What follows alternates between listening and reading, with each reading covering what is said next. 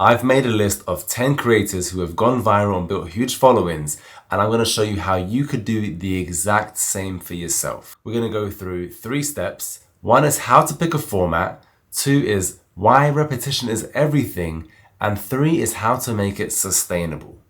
Now, everybody knows this lovely lady called the Bus Auntie. She's known as the Bus Auntie, and she basically records herself in front of red buses in London, and she's gone mega viral since and went on to get collaborations with Burberry, H&M, went on to meet the mayor of London, Sadiq Khan, and helped him promote the new buses called the Baker Loop. Things got way out of hand, but didn't stop there. She made more brand deals, more collaborations, and even won the Video of the Year. This lady has zero social media experience. Now, how did she do it? Well, we're going to play a game.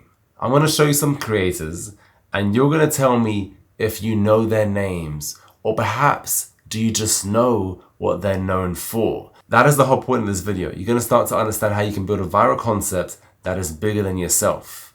So this girl here is not Adele, of course, but she is Amelia. I didn't know her last name at all, but she is known as the Chicken Shop Date Lady. She gets all sorts of guests on her show that come on to do a 5-minute video that's innocent, flirtatious, a bit awkward and silly, and they come on to promote perhaps a film they're working on or an album they're about to drop. She's been doing this format for ages.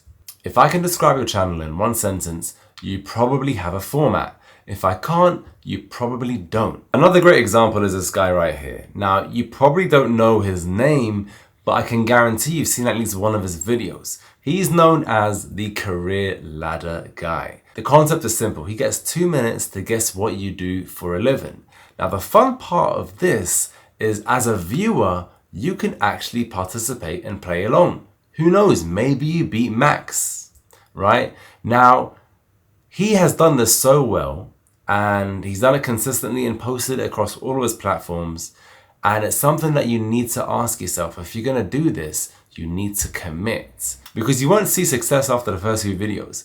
But the only way you'll know if it's a failure is if you make enough videos. So go for 20 or 30 to know for sure if you can rule out this idea that you have. Another great example is this girl right here. I honestly find her videos ridiculously funny because you go in it and she's saying something ludicrous like, "My kids wanted cereal, so I made it from scratch." Now, obviously that is absurd, but you can understand why it did so well. Now, this is the format that you need to think about. It's a repeatable format. Because what does TikTok or IG or YouTube or any of these platforms do, right? One video does really well, it then wants to push more to your viewers. Now, it's important that you stick to this format because this is what's going to happen. All of your other videos are going to go insanely viral as well. However, if you just did one of them like that and it goes viral, and then you then start doing running club videos, you then start doing working out videos, you then start doing traveling videos, it won't have anything else to push to your viewers. No more cooking content.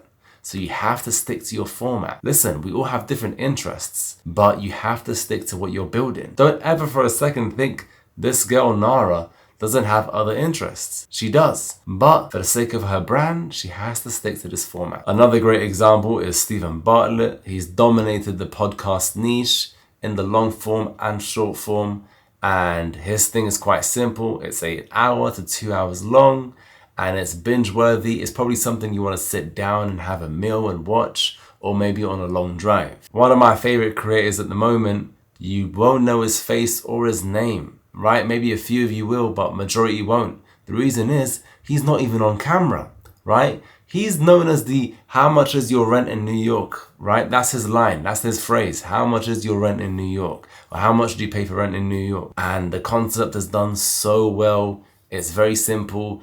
And it's not always what you think. It's not like extravagant cribs. Sometimes it's very small. Sometimes it's not even a crib. Sometimes it's a van. Someone lives in a van. So it's always something interesting to see how other people are living. Again, you're not trying to make one viral video. You're trying to make a viral format. That's something that you need to remind yourself. What is a concept that you can build? Another great person here is Simon Squibb. He's known as the what's your dream guy. He goes around asking people, what's your dream? And a lot of them have dreams. All of us have dreams. But the funny part is, it's not always to build a business. Even though he's the business guy, sometimes they want to sell a business. I saw a lady said she wants to sell her business. That was her dream because she wants to go back to Colombia. So you never know what you're going to get in these videos. And again, he's stuck to this format again and again. This person here, what's your take? He's on the subway and he's asking people, what's your take? And it's an interesting concept. You would never expect to be interviewed on the subway. He's got the subway card that he clips on the microphone. So, you know, a few little things like that make it repeatable. He always has the subway card in his hand. That's a format that he has to stick to. He's always on a subway. This could also be seen as a downside because you have to be careful with what you decide to stick to. If you do want to do subway videos, then great. But if you don't and you go viral for it, it's something that you might have to commit to or you end up giving up on. I'm sure you can imagine the difficulty with filming in the subway with other pedestrians just coming in and out all the time, right? So you have to ask yourself, if this blew up and I had to make 200 episodes, would I secretly hate my life? You're building a cage for yourself. Make sure it's one you actually like being in, right? This is another great example of that. I didn't do the best of jobs with his headshot because this isn't actually what he's known for. However, he is the outdoor boys guy, right? And again, you might not know his name. He does actually say it in the intro of his videos, but his branding is insane, right? Like he goes out there in extreme conditions and does the most extreme concepts, staying out there camping, sometimes without any camping gear.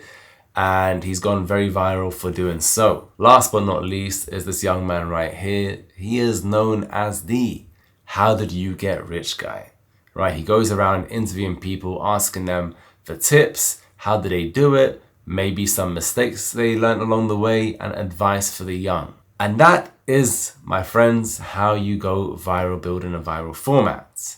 So to recap, step 1, niche and formats is your identity, right? Whatever you think of, this is going to be your identity. And then step 2 is the repetition. You have to stick to it, right? For the algorithm to reward you, you have to stick to the repetition.